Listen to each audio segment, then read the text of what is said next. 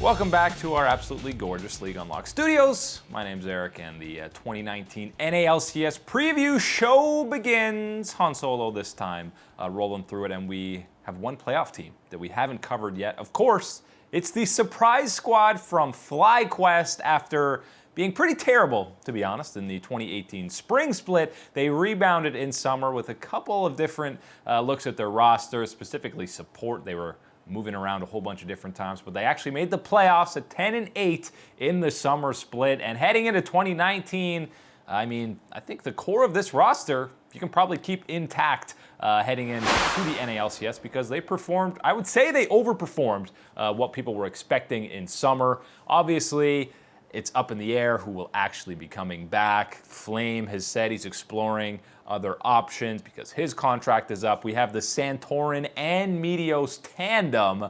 Santorin started throughout the entire summer split and looked pretty good. So, I expect him to start again in 2019. But if he starts to struggle a little bit and if Meteos is still on the roster, then they have a more than capable backup to step in and take over that starting role. But I feel like Meteos is going to want to go somewhere else and have that guaranteed starting spot. Keen was probably the weakest link on that roster in 2019. You really saw that throughout the short-lived playoff run and the second half of the summer split. But back in spring, they were one of the teams to beat up on TSM early when they were struggling mighty. But overall, look how different the roster was. You had Onda still on the squad.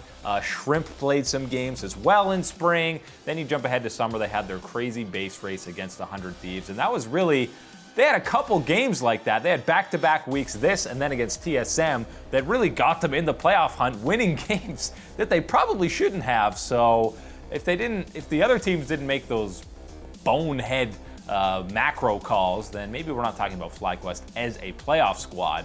But then in week 9, they got it done against Golden Guardians, had the win that secured them in a playoff spot. They lost to Cloud9 in terms of seeding, but they still made it into that playoff run, and WildTurtle's excited about it. He had a pretty solid year. Everyone talks about this play where he flashes or ease in as the Ezreal, and then that basically cost them the game. They had a huge lead in that third game against the 100 Thieves, but they ended up, throwing it on not just that play, but a couple of plays before that as well to keep 100 Thieves in that game. They eventually got swept in those quarterfinals. That was the series where actually Ryu popped off. That's right, it was a while ago, but Ryu popped off in that series, which is why I talked about Keen being that main weak link for them throughout 2018. And even when Fly was on the squad, he didn't look that great. He looked much better on Gen G, which is just the NA training wheels coming off, I guess, when you head back to Korea, as Mark and I have talked about many times. But the bottom lane was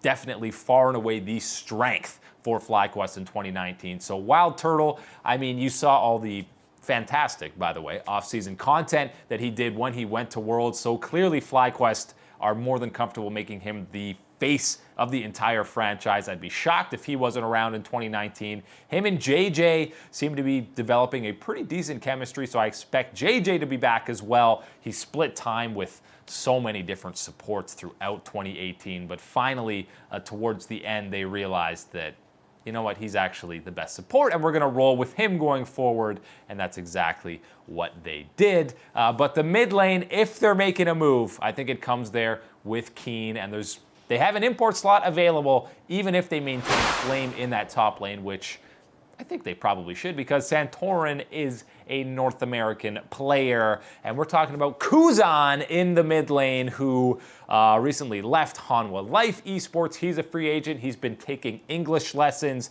because he knows that that is such a valuable trait to have when he's going to other regions, and he said he wants to play in a foreign region. So North America, I've heard they pay pretty well. Franchising is coming in EU, but they are much less prone to importing pretty much anyone, especially in the mid lane, because there's so much EU talent in that mid lane, and I expect some of it to be coming back in the likes of, probably Fevabin and Power of Evil. But Kuzan is a pick in that mid lane that I think immediately makes this FlyQuest roster better. And again, I think that's the only move they need to make, and then it could immediately be in the playoff hunt again in North America. But I think if Keen stays, that's a little bit too big of a mismatch compared to some of the other squads. You've got to expect teams like CLG, TSM will be better in 2019, and I think Keen, he still should take up a spot on probably an academy roster, but I don't think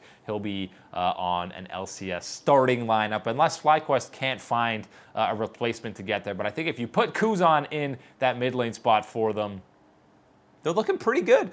They obviously have to try and retain Flame as well. Maybe he wants to go to a different squad. He wants to go back to the LCK. But he performed pretty darn well on FlyQuest as well. Santorin looked good. And again, they have a good backup in Meteos if he decides to stay on FlyQuest. But overall, the roster's pretty good from FlyQuest, and I think I would expect them to perform closer to the level that they did at summer than they did at spring, because there was so many different roster swaps going on with the likes of Keen and Shrimp coming in from the academy for Anda and Keen.